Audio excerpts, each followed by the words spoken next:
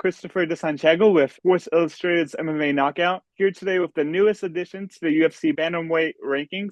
We have on Aiemann Zahabi, who's really coming into his own with 5 straight wins. Aiemann, how's it going today? Feels great, man. Thank you for having me on. Of course, of course. So, what's it like to have a number next to your name after so many years in the UFC at number 14?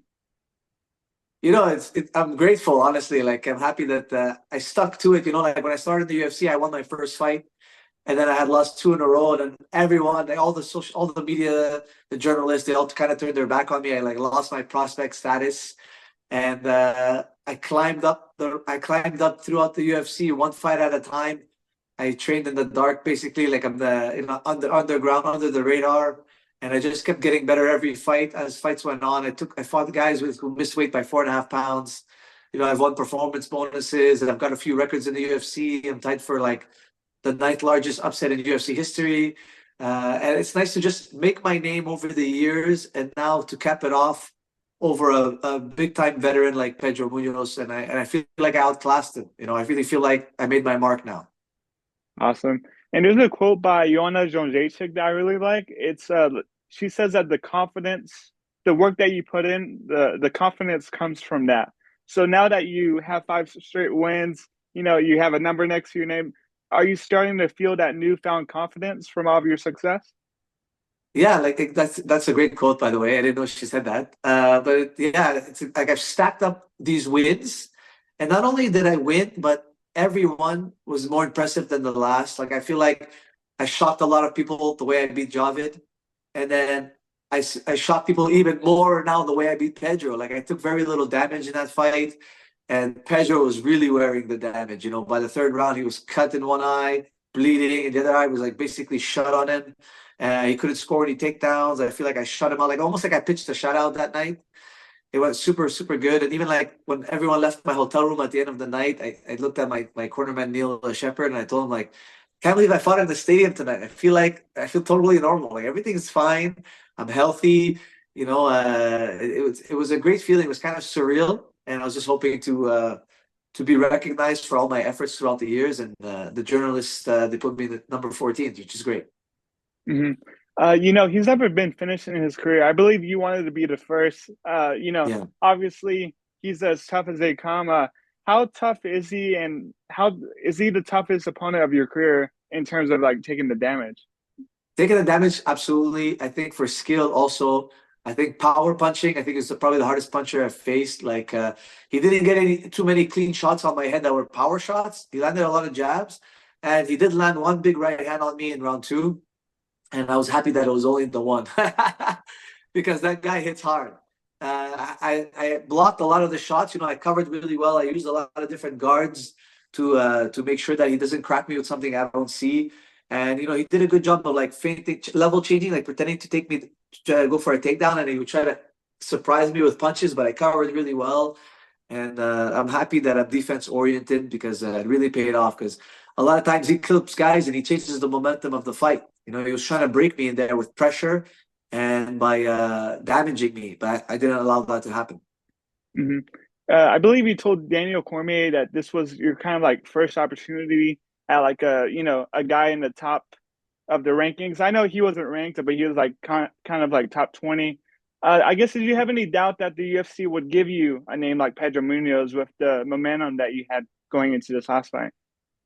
The reason why I didn't have too much doubt is because like when I was getting ready for the Javid Basharat fight, I saw that everyone was talking to him about how if he beats me, he's gonna get a top 15 opportunity. Like they weren't saying that to me about me beating Javid. Like everyone counted me out. I think I was like a plus 650 underdog or something crazy, and or plus 900. I don't know, it was something wild. Like nobody was talking to me about making it to top 15, but everyone was asking him, or not asking him, but telling him that yeah, if you beat Aiemann, this is your shot to get a top 15 opponent. So in the back of my mind was like, well, if I beat him, I should swoop in and take his opportunity, kind of thing, right? So like when I won, I was like, okay, they're either gonna give me someone in the top 15 or someone really, really close to the top 15. And Pedro had just gotten removed like a couple of weeks before they gave me Pedro. So like in my mind, I still consider him like a top 15 guy. Plus, he was in the top 15 for like 5 years straight. And I think he has the credentials of someone who's in the top 15. Like, one thing that was interesting during my fight, they were talking about how like he basically had like a champion's row of fight opponents. Like he fought Cody Mhm. Garbrandt, Aljamain Sterling, he fought Jose Aldo, he fought all these greats. It's like what a champion would face. So I think he's the kind of guy any MMA gym he walks into, everyone respects him. Talking about that, you might have a murderer's row of opponents in front of you, and the Yeah. bantamweight division is a very big one. How do you feel approaching that division full of killers in there? I feel great. I feel like now that I'm in the rankings and I'm gonna face other ranked opponents, I feel like the one thing that's good about the UFC, as long as you perform, the results don't matter that much. Like even like let's say for example, like Pedro, he lost more fights recently than he's won, but he's still highly respected. Why? Because he always brings the fight and he always looks good. So like yeah, he has a bunch of losses, but he's only lost to the best guys. But he's looked great throughout those fights too, right? So it's kind of cool. Like once you've reached this plateau, it's the sport is more forgiving as long as you perform. And all I'm thinking about is performance. I'm not worried about the results. Mhm. For sure, for sure. And I feel like there's some realistic options for you. Mario Bautista, Aldo, maybe Kyler Phillips, Jonathan Martinez, even Montel Jackson. Like Those Cheeto, I like names. the I like the Cheeto fight could be good too. I don't know. Like there's so many good. There's like everyone you named. They're all tough opponents. I mean, like it's one of the most stacked divisions, I think. Is there a dream fight for you in the bantamweight division? Dream fight. I mean, the title fight's the dream. I mean, it doesn't matter who's holding. That's obviously that's like the main goal at the end. And it's funny like like picking fights. It's very hard because it depends who's already matched up. If somebody's injured, who's available, who's not available. It's hard to get a matchup. I can't wait for Sean Shelby to call us and see what the timeline is. And like I heard that they're potentially thinking about coming back to Canada early 2025. So like I wouldn't mind fighting in Canada again. Like I'm having a good feedback here, so that could be a good opportunity too. Most definitely. And I feel like with you, we really saw like a career resurgence.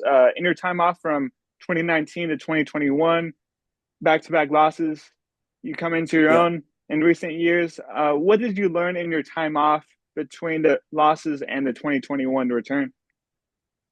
The most important thing you can do is hard work over time. Just be consistent. Don't worry about what anybody says. None of that actually matters. As long as you're working hard over a long period of time, you're gonna get better no matter what. Even if you don't want to, you're gonna get better because you're in there every day, all day training, putting in the hours.